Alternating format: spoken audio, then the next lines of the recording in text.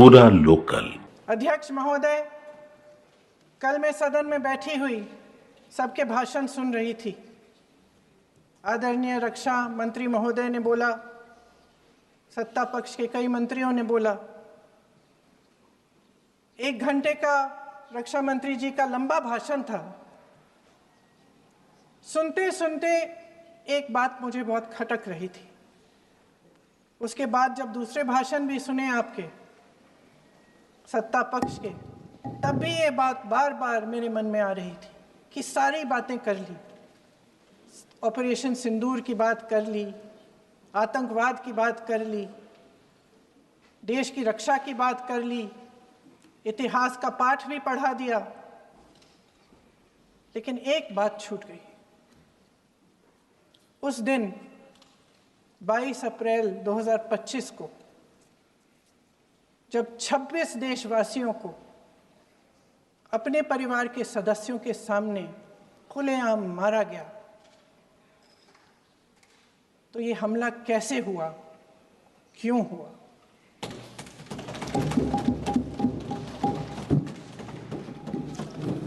अध्यक्ष महोदय, ये लोग बैसारन वैली में, पहलगाम के पास कश्मीर में क्या कर रहे थे? आजकल पब्लिसिटी का दौर है, प्रचार का ज़माना है। कुछ समय से हमारी सरकार ये प्रचार कर रही थी कि कश्मीर में आतंकवाद ख़त्म हो गया है, कि कश्मीर में शांति है, अमन चैन है। प्रधानमंत्री जी ने खूब भाषण दिए, देशवासियों को कहा कि चलिए कश्मीर चलिए, सैर करिए। कई बार मैंने ये भी देखा मीडिया पर, टीवी पर कि कश्मीर जाइए, ज़मीन खरीदिए, अब वहाँ अमन चैन है, शांति का वातावरण है। इसी बीच शुभम द्विवेदी, एक कानपुर के नौजवान, और उनके पूरे परिवार ने तय किया कि वो कश्मीर जाएंगे। शुभम द्विवेदी की 6 महीने पहले शादी हुई थी।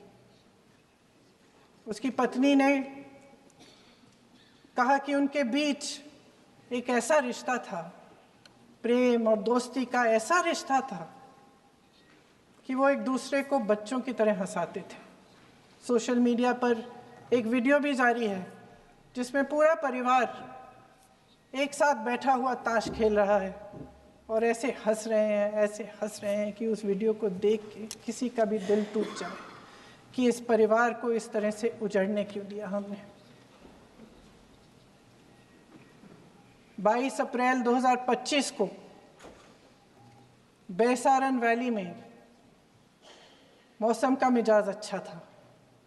जैसे हर रोज़ लगातार 1000 से 1500 लोग वहाँ पहुँचते थे, उसी तरह से उस दिन भी तमाम पर्यटक वहाँ पहुँचे।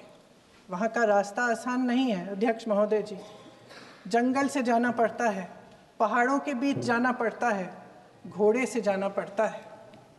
ये परिवार वहाँ पहुँचे, मौसम सुहाना था, उनके बच्चे ट्रैम्पोलिन पे खेल रहे थे, कोई जिपलाइन कर रहा था, कोई चाय पी रहा था, तो कोई कश्मीर की सुंदर वादियों की ठंडी हवा का मज़ा ले रहा था। शुभम अपनी पत्नी के साथ एक स्टॉल पे खड़े थे। तभी अचानक 4 आतंकवादी जंगल में से निकलते हैं और शुभम को वहीं अपनी पत्नी के सामने मार डालते हैं। उसके बाद वे वहाँ से पूरे वैली में 1 घंटे के लिए लोगों को चुन चुन कर मारते हैं। किसी के पति को अपनी पत्नी के आंखों के सामने, किसी के पिता को अपने बेटे के सामने, चुन चुन कर 26 लोगों को मार डालते हैं। शुभम की पत्नी घबराकर वहां से भागने की कोशिश करती है, अपनी जान बचाने के लिए जंगल की तरफ दौड़ती है। वहां पता चलता है कि तमाम लोग जंगल की तरफ दौड़े हैं और अपनी जान बचाने की कोशिश कर रहे हैं। कोई अपने बेटे का हाथ पकड़ के पहाड़ों पर घसीटता हुआ जा रहा है, कोई कश्मीरी घोड़े वालों और गाइडों की मदद लेते हुए चले जा रहा है, कोई रास्ता नहीं है, कोई तरीका नहीं है, लेकिन किसी न किसी तरह से शुभम की पत्नी के शब्दों में किसी ऐसी शक्ति ने हमको बचा कर रखा कि हमें किसी न किसी तरह से हम अकेले नीचे पहुंचे। और मैं उनके लफ्ज पढ़ना चाहती हूं, क्योंकि उन्होंने कहा कि इस पूरे समय जब 1 घंटे के लिए चुन चुन कर भारतीय नागरिकों को मारा जा रहा था, इस पूरे समय उसे एक सुरक्षाकर्मी नहीं दिखा, एक सैनिक नहीं दिखा।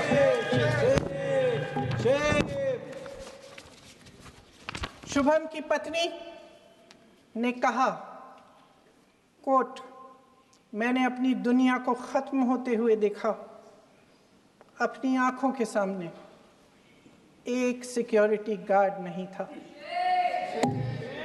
मैं ये कह सकती हूं कि देश ने, सरकार ने हमें वहां पे अनाथ छोड़ दिया था।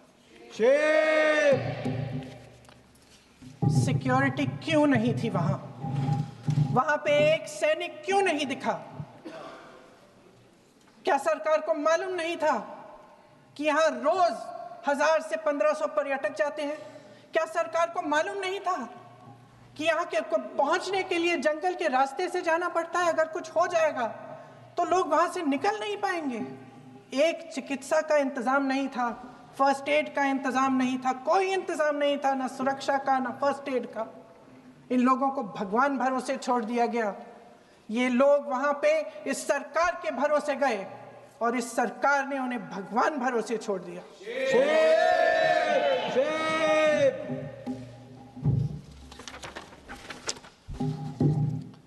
मैं पूछना चाहती हूं, ये किसकी जिम्मेदारी थी? इस देश के नागरिकों की सुरक्षा की जिम्मेदारी किसकी है? क्या इस देश के प्रधानमंत्री की नहीं है? क्या इस देश के गृह मंत्री की नहीं है? क्या इस देश के रक्षा मंत्री की नहीं है? क्या एनएसए की नहीं है? अध्यक्ष महोदय, पहलगाम हमले से सिर्फ 2 हफ्ते पहले हमारे गृह मंत्री महोदय जी कश्मीर गए थे। किस लिए गए थे? जो सुरक्षा की व्यवस्था है इसको देखने के लिए गए थे, इसको रिव्यू करने के लिए गए थे। और उन्होंने वहां कहा कि आतंकवाद पर विजय प्राप्त हुई है। ये 2 हफ्ते पहले है। 3 महीने बाद JNK के गवर्नर साहब एक आम इंटरव्यू में ऐसे ही चलते चलते कह देते हैं कि हाँ, बैसारन वैली में बहुत लापरवाही हुई और इसके लिए मैं जिम्मेदारी लेता हूँ। ऐसे ही चलते चलते, और वो बात होती है, ख़त्म भी वहाँ होती है और वहीं ख़त्म हो जाती है। उनसे जिम्मेदारी ली भी नहीं जाती, कोई सवाल नहीं उठाता, कोई जवाब नहीं देता। अध्यक्ष महोदय, उस हमले की जिम्मेदारी एक आतंकवादी गुट जिसका नाम TRF है थोड़े दिनों बाद लेती है। कौन है ये TRF? 2019 में ये गुट बना। 2020 में इसने कश्मीर में आतंकवाद का काम शुरू कर दिया और अप्रैल 2020 से लेकर 22 अप्रैल 2025 तक इन्होंने 25 आतंकवादी हमले किए। गृह मंत्री महोदय ने जब यूपीए सरकार के समय के आतंकवादी हमले गिने तो लगभग 25 गिनवाए थे अभी अपने भाषण में। इस गुट ने कश्मीर में 25 हमले 2020 और 2025 के अंदर एक पूरी लिस्ट है इन हमलों की। मेरे पास इतना समय नहीं है इसलिए मैं एक एक को नहीं पढ़ना चाहती, लेकिन मैं इतना कहूंगी कि इनमें रियासी का हमला भी था 2024 का, जिसमें 9 लोग मारे गए और 41 लोग घायल हुए। कुल मिलाकर 2020 से लेकर 22 अप्रैल 2025 तक TRF ने 41 सेना और सुरक्षा कर्मियों की हत्या की, 27 सिविलियंस की हत्या की और 54 लोगों को घायल किया था। भारत सरकार ने टीआरएफ को आतंकवादी संगठन का दर्जा कब दिया? 2020 में दिया, 2021 में दिया, 2022 में दिया, 2023 में दिया। 3 साल बाद, 3 सालों के लिए ये आतंकवादी गतिविधियां कर रहे हैं और आप इनको आतंकवादी संगठन तब कहते हैं 2023 में। इसकी क्या वजह थी? ये सब सरकार के संज्ञान में था। और आप मुझे बताना चाहते हैं, सत्ता पक्ष के नेता बताना चाहते हैं कि ये सब आपके संज्ञान में था, लेकिन कोई भी एक ऐसी एजेंसी नहीं है हमारी सरकार की जिसको पता चला कि ऐसा हमला, ऐसा भयानक हमला होने जा रहा है हमारे देश में, कि पाकिस्तान में बैठे हुए इस हमले की योजना बन रही है कि हम भारत जाके हैवानियत करेंगे, 26 लोगों को मार डालेंगे और हमें पता ही नहीं है। क्या ये हमारी एजेंसियों की विफलता है कि नहीं है? ये बहुत बड़ी विफलता है, एक बहुत बड़ी विफलता है।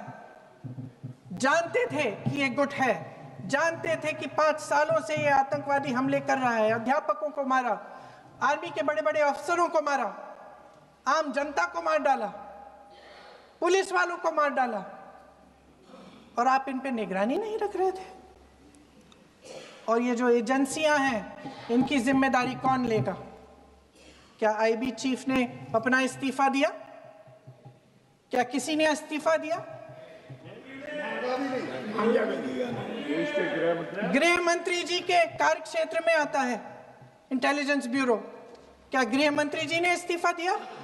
इस्तीफा छोड़िए, जिम्मेदारी ली।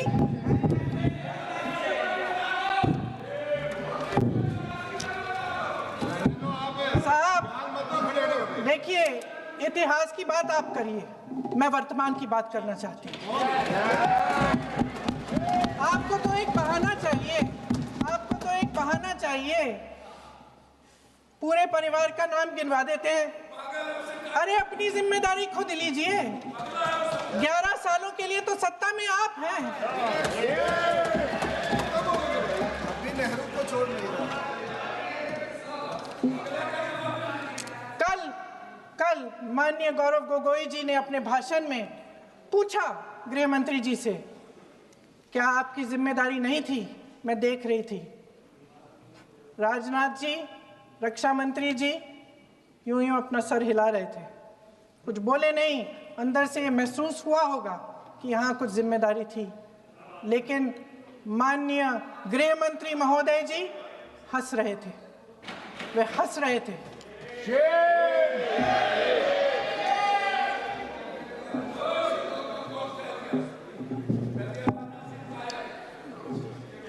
अध्यक्ष महोदय, कल सत्ता पक्ष और आज भी सत्ता पक्ष के नेताओं ने 2008 के मुंबई के हमलों का जिक्र किया, बार बार कहा कि मनमोहन सिंह जी की सरकार ने कुछ नहीं किया। ये तो जानकारी होगी ना कि उसी समय जब वो आतंकवादी हमला चल रहा था, तभी उन आतंकवादियों को मार डाला था। एक बचा था और उसको भी फांसी दे दी थी 2012 में।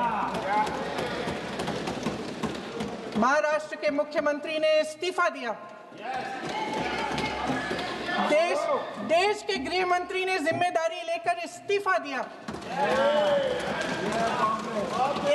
एक जवाबदेही थी पब्लिक के प्रति, एक जवाबदेही थी इस देश की जनता के प्रति, इस देश की धरती के प्रति।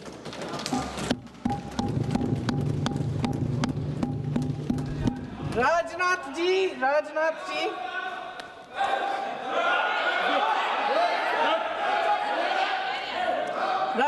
जी तो पुलवामा, उरी और पठानकोट के समय गृह मंत्री रहे थे।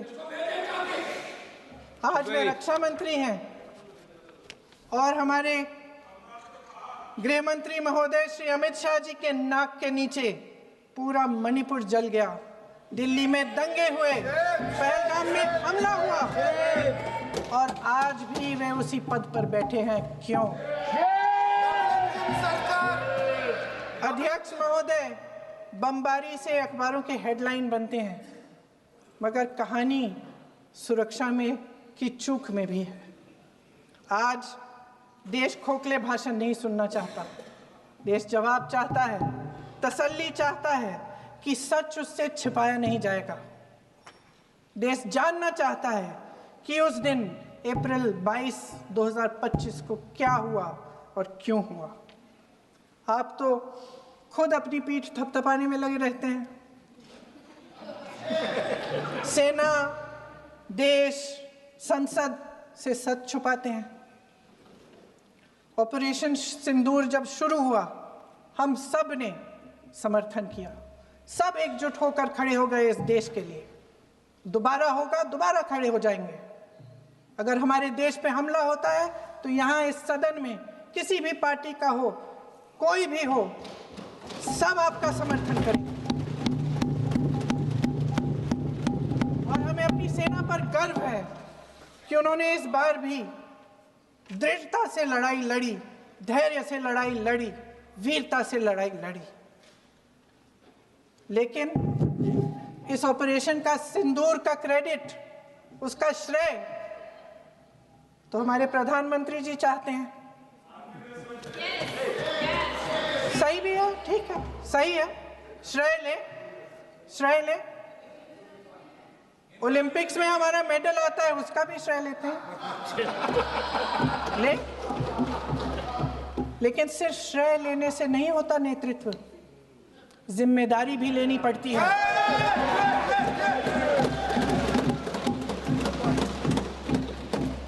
देश के इतिहास में ये पहली बार हुआ, देश के इतिहास में ये पहली बार हुआ कि जंग होते होते ही रुक गई। रुक गई है जी। और इस रुकावट का ऐलान हमारी सरकार, हमारी सेना नहीं करती, अमेरिका के प्रेसिडेंट करते हैं, अमेरिका के राष्ट्रपति करते हैं। ये हमारे प्रधानमंत्री महोदय की गैर जिम्मेदारी का सबसे बड़ा प्रतीक है। आज गृह मंत्री जी ने इस बात पर उल्लेख किया। उन्होंने कहा, उनके शब्दों में उन्होंने कहा कि पाकिस्तान के पास शरण में आने के बजाय कोई चारा ही नहीं था। आपने शरण दिया क्यों? वो आते हैं आपके देश के अंदर, लोगों को मार डालते हैं और आप उनको शरण दे रहे हैं। क्यों दिया शरण? इसका जवाब क्यों नहीं दिया है एक भी भाषण में? जैसे ये बात उठी, शरण की बात की, हमारे गृह मंत्री जी ने इतिहास में चले गए। नेहरू ने क्या किया, इंदिरा गांधी ने क्या किया, यहां तक कि मेरी मां के आंसुओं तक चले गए। लेकिन इस सवाल का जवाब नहीं दिया कि ये सीज फायर हुआ क्यों, ये जंग रुका क्यों, और तब क्यों रुका जब दुश्मन के पास कोई चारा नहीं था हमारे श्रेय में आने के बजाय। क्यों रुका ये जंग? इसका जवाब नहीं दिया। धन्यवाद। आप देंगे?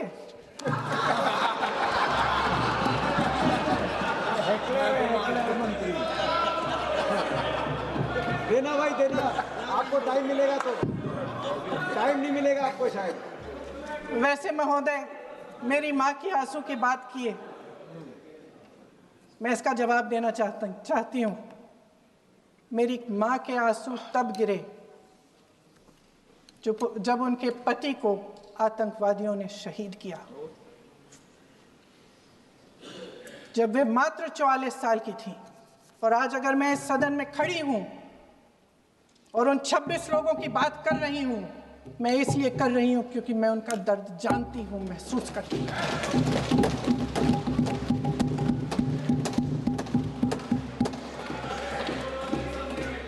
अध्यक्ष महोदय, मैंने कहा कि देश का नेतृत्व सिर्फ उपलब्धियों का श्रेय लेने से मजबूत नहीं होता। सफलता और विफलता दोनों की जिम्मेदारी लेने से बुलंद होता है। ये सोने का ताज नहीं है, कांटों का ताज है। अध्यक्ष महोदय, जब सरकार झूठी और कायर हो तो वे बहादुर से बहादुर सेना के साहस और पराक्रम को भी कमजोर कर देती है। देश को प्रतिशोध के साथ साथ सबके प्राणों की रक्षा का प्रण चाहिए। सेना की शक्ति के साथ सरकार की सच्चाई भी चाहिए। महान देशभक्त शहीद इंदिरा गांधी जी, जिन्होंने सफल कूटनीति के बल पर अमेरिका के राष्ट्रपति निक्सन का मुकाबला करके पाकिस्तान का विभाजन करवाया, बांग्लादेश बनाया, 1 लाख पाकिस्तानी सैनिकों को आत्मसमर्पण करने पर मजबूर किया, उन्होंने कभी इसका श्रेय लेने की कोशिश नहीं की।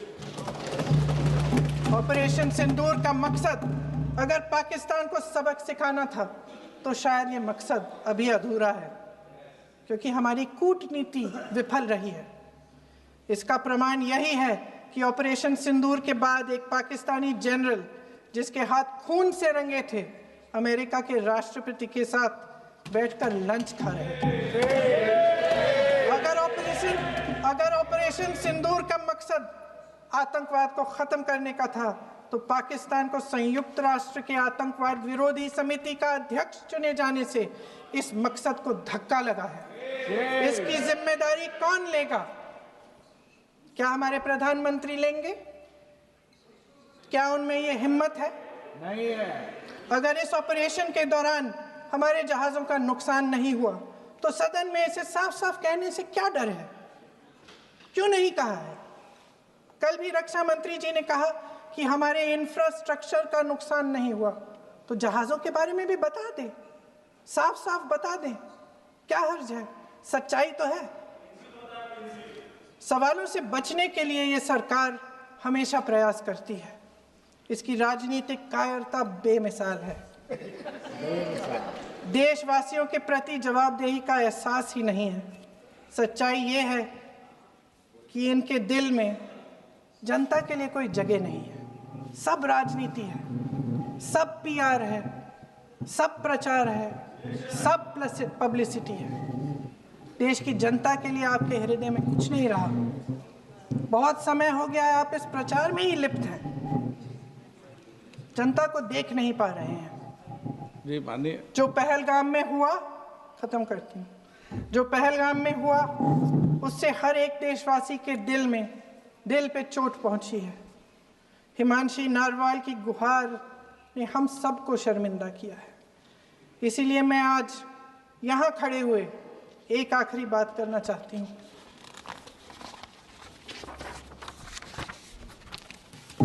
इस सदन में लगभग सभी के पास सुरक्षा है, सुरक्षा की व्यवस्था है। हम जहाँ भी जाते हैं हमारे साथ सुरक्षा कर्मी आते हैं। आपको भी मिल जाएगी, आप मंत्री बन जाएंगे, आपको भी मिल जाएगी। मैं मजाक की बात नहीं कर रही हूँ, थोड़ा सा धैर्य रखिए। उस दिन पहलगाम में 26 परिवार उजड़ गए।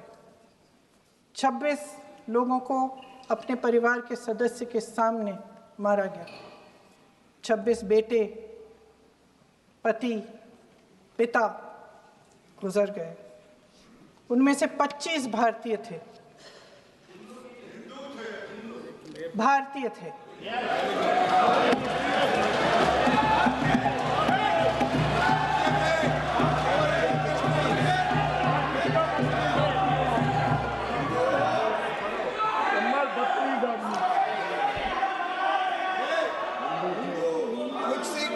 जितने भी लोग बैसारन वैली में थे और जो 25 भारतीय मारे गए, उनके लिए कोई सुरक्षा नहीं थी।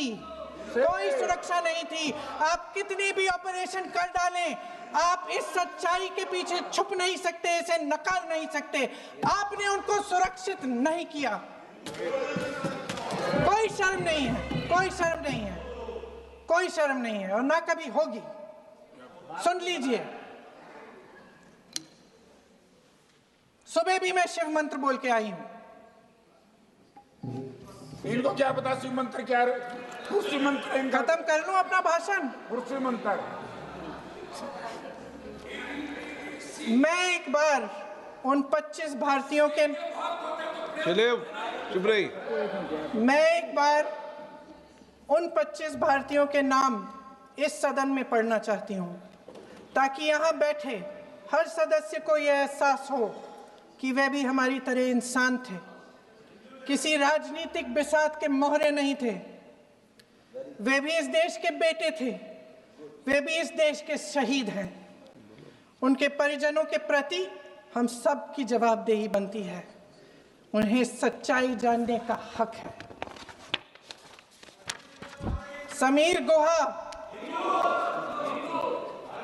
भारतीय, बिट्टन अधिकारी, मनीष रंजन, हेमंत सुहास जोशी, विनय नारवाल, सुशील नथनियल, अतुल श्रीकांत मोने, सैयद आदिल हुसैन शाह, नीरज वानी, एन रामचंद्रन, संजय लक्ष्मण लेले, माननीय प्लीज, दिनेश अग्रवाल, दिलीप दिल से, प्रशांत कुमार सतपति, JS चंद्रमौली।